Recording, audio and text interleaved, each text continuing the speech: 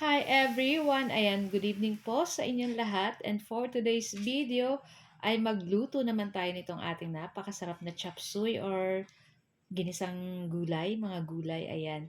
So, masarap po yan syempre pag may kapartner na fried chicken. Kaya naman, tara na at samahan niyo po ako magluto and enjoy watching po. And kung bago pa lang po kayo sa aming page, huwag niyo po sanang kalimutan mag-like at mag-follow para palagi po kayong updated sa aming mga bagong video na i-upload. So, yan na nga guys. So, meron tayo dito nga pork, syempre, panglahok natin.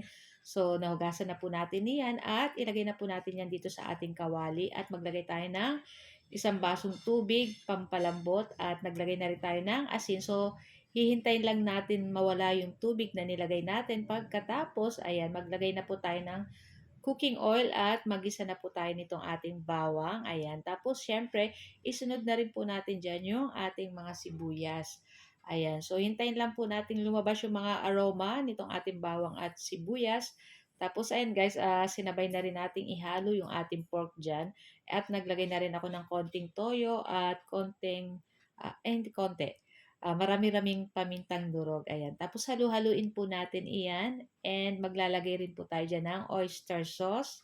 At gagamit din po tayo dyan ng konting sugar, mga 1 teaspoon at 1/2 pork cube para sa ating pangpalasa. So kung medyo matabang pa, pumamaya ay magdadagdag na lang tayo ng asin.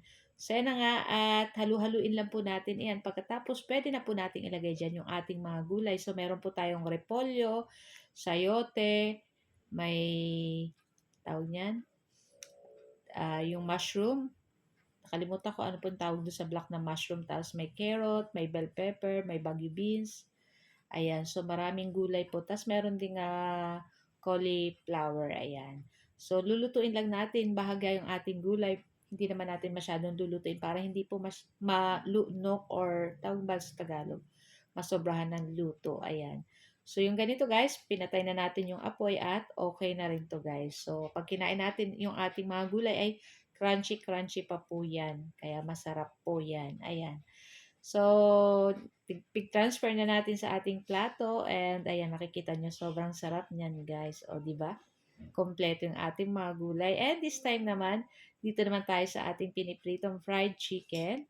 Ayan, so binabad ko lang yan sa pamintang durog at asin. Tapos, bago natin pinirito, ay pig-coat natin sa uh, crispy fry na may harina para maging crispy at masarap po yung ating fried chicken. So, simple lang yung pagprito natin ng ating manok. And, ayan, perfect talaga to guys, duman sa ating chop suey or yung ating ginisang mga gulay. So, guys, ayan, at luto na rin to. Pwede na po nating hanguin. And, syempre, may second batch pa po yan. Pero, hindi na natin bibidyohan. At, excited na rin po kaming kumain itong ating ulam. So, guys, thank you for watching and see you next video. Don't forget to like, share. Bye!